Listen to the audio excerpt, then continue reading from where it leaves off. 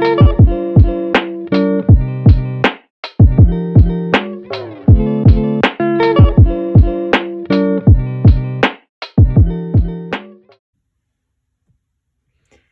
boys and girls, today we're going to learn about an artist named Paul Klee, and he was a Swiss-born German artist, and he was influenced by many art movements. Some were Expressionism, Cubism, and Surrealism within his artwork.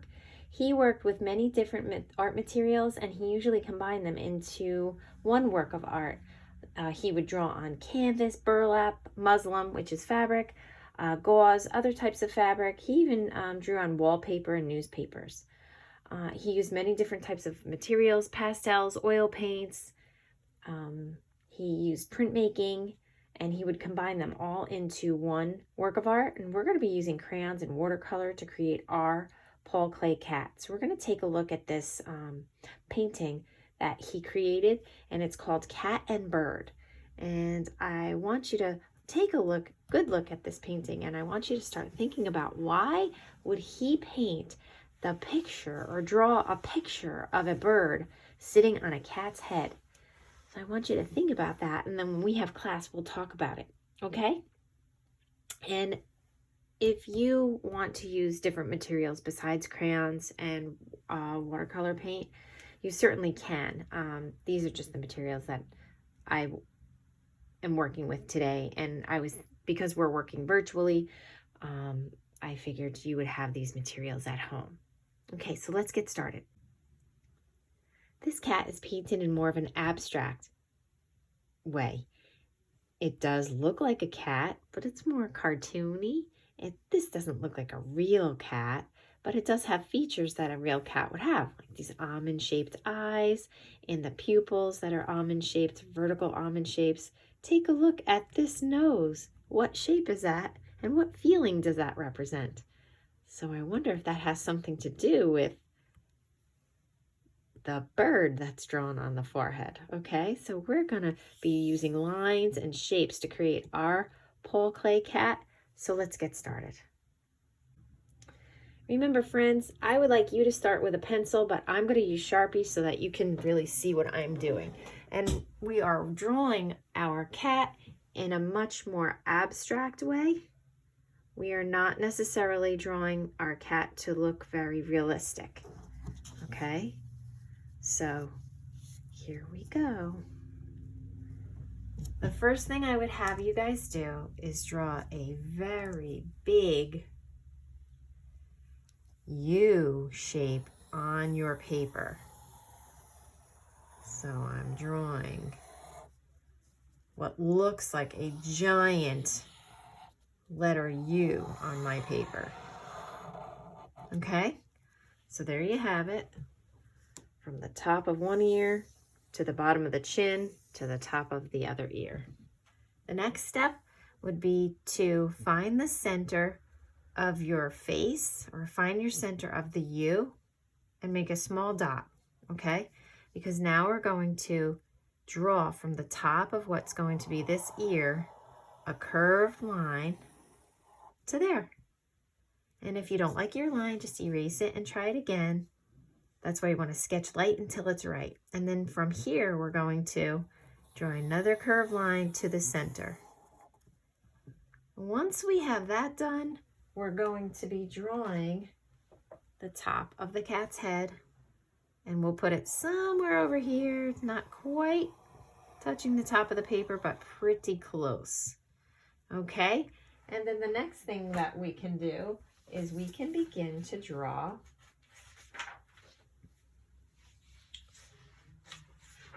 our eyes, nose, and mouth. So we're going to draw from the center a curved line going all the way to the side of the face. It's a big curved line. It's almost the size of my marker. And then now we're going to draw the bottom of the eye, and this is just the shape of the eye, a nice almond shape. And then we're going to draw the other eye with a similar shape. Try to create it so that it looks like it's a mirror image of this one. There we go, another curved line. And the next thing we can do is you could draw these 2 lines and draw a heart underneath them. I like to start over here, maybe 3 finger space down, and draw a heart, not all the way down at the bottom of the face. Leave some space for your mouth, and then draw a diagonal line from the center, and that's going to create the bridge of the nose for the cat. And then from the bottom of the heart shape, that little point, I'm going to put my pencil right there, my marker rather, and draw a curve to the chin and a curve to the chin. Then I'll put my neck. I should have a little room at the bottom for my neck of my cat. Now I'm going to draw some whiskers from the side of the nose. I'm going to draw a curve that goes past the face, just like so. You're going to draw 3 whiskers on this side. I'm going to put 3 whiskers on this side. Okay, and if yours are a little straighter, that's fine. It's your cat. Remember, it doesn't have to look exactly like mine. And the next thing we're going to do is we're going to draw some shapes inside the eyes, but I'm going to just start with some curved lines. I'm going to draw a curved line from the top to the bottom of the eye and try to do it in the middle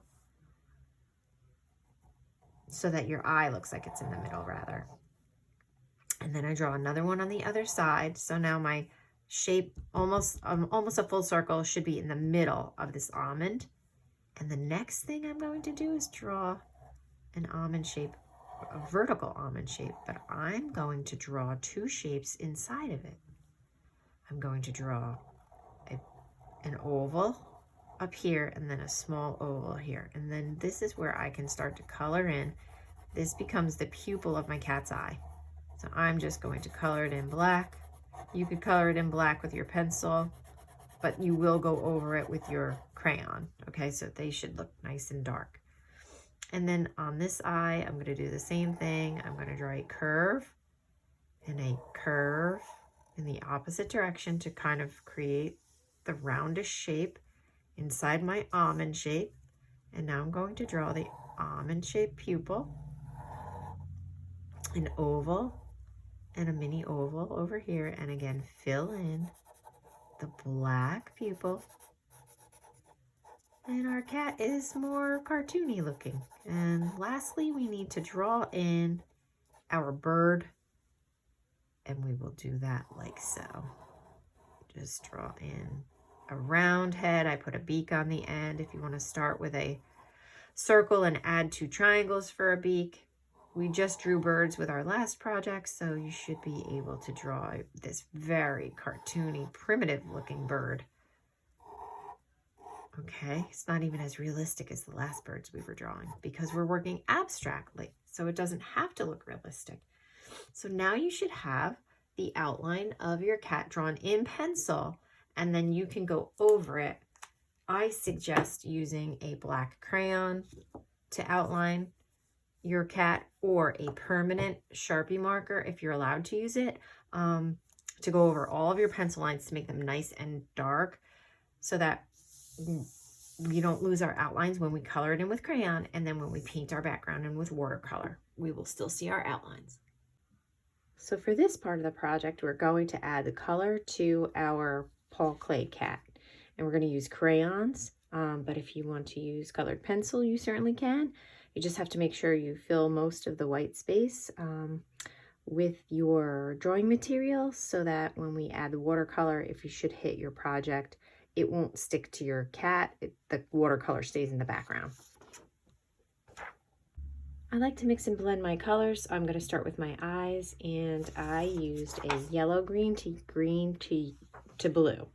So I'm going to show you how to do that, and then I'm going to move on to the larger portion of the face where I am going to take pink and add some rosy cheeks. You could use a red if you want, and then I'm going to overlay the orange on top of that. From there, I'll move to the nose and around the mouth with some reddish shading, and then I'll put some brown shading around my eyes. Then I'll move on to the top of the head where I use brown and red, and then I'll color my bird in with like reds and some orange and some yellow. I'm going to color in a time lapse, so that it's a little bit quicker. And if you need to slow down, you can always stop the video and rewind.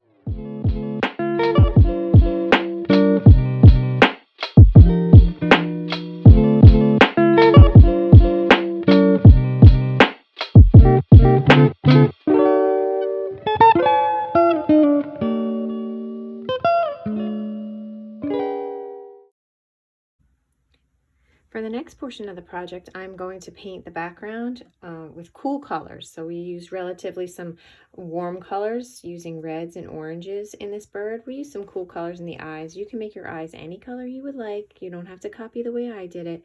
And the bird is also in warm colors. And then I use some browns and grays. Those are neutral colors. We're going to use some cool colors in the background.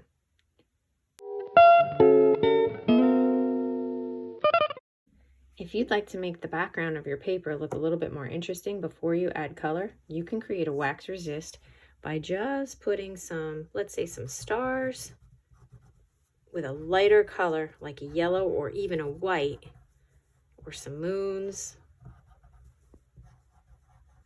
little tiny ones.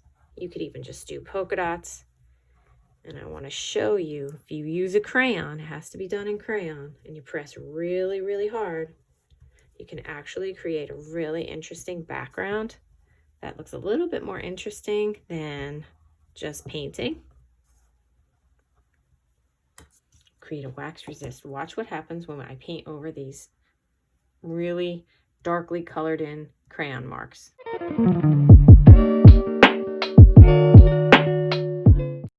So there you have it. There's our Paul Klee cat. And as long as you press really hard with a light color in crayon before you add your watercolor paint, you will create a wax resist, and then the paint will not stick to your crayon. You can use white, you can use yellow, you could use a bright orange. So just have fun, and just make sure the color that you're painting is darker than your crayon color in the background. And I hope you enjoyed this project, and I will talk to you later. Bye!